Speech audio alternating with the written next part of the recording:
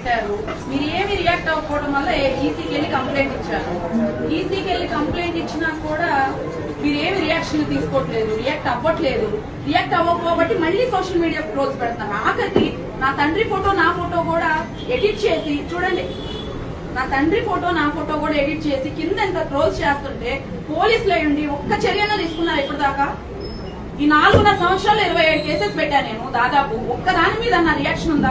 ఒక్కడి మీద నా యాక్షన్ అంటే ఎవరన్నా ఏమన్నా సూసైడో వీటన్నిటికీ పర్లేక హెరాస్ అయ్యి ఏదైనా ఇబ్బందో పడితే మీరు అప్పుడు రియాక్షన్ వస్తుంది అనమాట మీ నుంచి, ప్రభుత్వం నుంచి. అన్ని సీట్లు తెచ్చామని చెప్పుకోవడం కాదు, వాళ్ళు క్లోజ్ చేస్తున్నప్పుడు ఇంత దరిద్రంగానా? అంటే తండ్రి కూతురులను కూడా ఇష్టం వచ్చినట్టు మాట్లాడి తండ్రి కూతురు ఫోటోలు కూడా ఎడిట్ చేసి ఇంకా మీరు ఎంతకి దిగజారుతారు? ఏంటండి పోస్టులు ఏంటి? మా నాన్నగారి ఫోటో నా ఫోటో కూడా తీసుకొని వాళ్ళు ఎడిట్ చేశారు. ఈసీ కంప్లైంట్ చేశాను. ఈసీ కంప్లైంట్ చేసిన తర్వాత కూడా మీరు రియాక్ట్ అవ్వాలా? మళ్ళీ రెండోసారి ఈసీ తీసుకెళ్తే అప్పుడు నాకు నేను నైట్ ఎఫ్ఐఆర్ పంపించారు.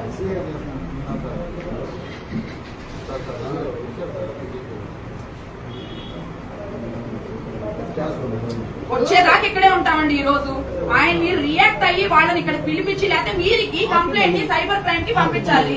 సైబర్ క్రైమ్ వాళ్ళు యాక్షన్ తీసుకోవాలి. మీరు పంపిస్తే కదా యాక్షన్ తీసుకోవడానికి. ఇలా ఎడిటింగ్ చేయడాలు, మార్ఫింగ్ చేసి ఫోటోలు పెట్టాలు మాకు మేము పెట్టాలనుకుంటే, మేము నిజంగా ఫోటోలు వాళ్ళ మార్ఫింగ్ చేయాలనుకుంటే వాళ్ళ జీవితాల్లో నిజంగానే జరుగుతున్నాయి. కట్టారండి, ఉపయోగం ఏంటి? ఎవరి మీద యాక్షన్ తీసుకున్నారు? ఎవరిని ఇక్కడికి పిలిపించారు? మీరు ఇక్కడికి ఎవరినైనా పెట్టారు. మీరు ఏమి రియాక్ట్ అవ్వకపోవడం వల్ల ఈసీకి వెళ్ళి కంప్లైంట్ ఇచ్చారు. ఈసీకి వెళ్ళి కంప్లైంట్ ఇచ్చినా కూడా మీరు ఏమి రియాక్షన్ తీసుకోవట్లేదు, రియాక్ట్ అవ్వట్లేదు.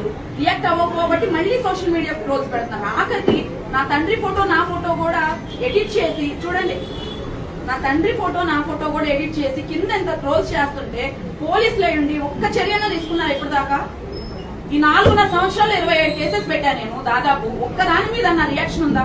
ఒక్కడి మీద నా యాక్షన్ అంటే ఎవరన్నా ఏమన్నా సూసైడో వీటన్నిటికీ పర్లేక హెరాస్ అయ్యి ఏదైనా ఇబ్బందో పడితే మీరు అప్పుడు రియాక్షన్ వస్తుంది అనమాట మీ నుంచి, ప్రభుత్వం నుంచి. అన్ని సీట్లు తెచ్చామని చెప్పుకోవడం కాదు, వాళ్ళు క్లోజ్ చేస్తున్నప్పుడు ఇంత దరిద్రంగానా? అంటే తండ్రి కూతురులను కూడా ఇష్టం వచ్చినట్టు మాట్లాడి తండ్రి కూతురు ఫోటోలు కూడా ఎడిట్ చేసి ఇంకా మీరు ఎంతకి దిగజారుతారు? ఏంటండి పోస్టులు ఏంటి? మా నాన్నగారి ఫోటో నా ఫోటో కూడా తీసుకొని వాళ్ళు ఎడిట్ చేశారు. ఈసీ కంప్లైంట్ చేశాను. ఈసీ కంప్లైంట్ చేసిన తర్వాత కూడా మీరు రియాక్ట్ అవ్వాలా? మళ్ళీ రెండోసారి ఈసీ తీసుకెళ్తే అప్పుడు నాకు నేను నైట్ ఎఫ్ఐఆర్ పంపించారు.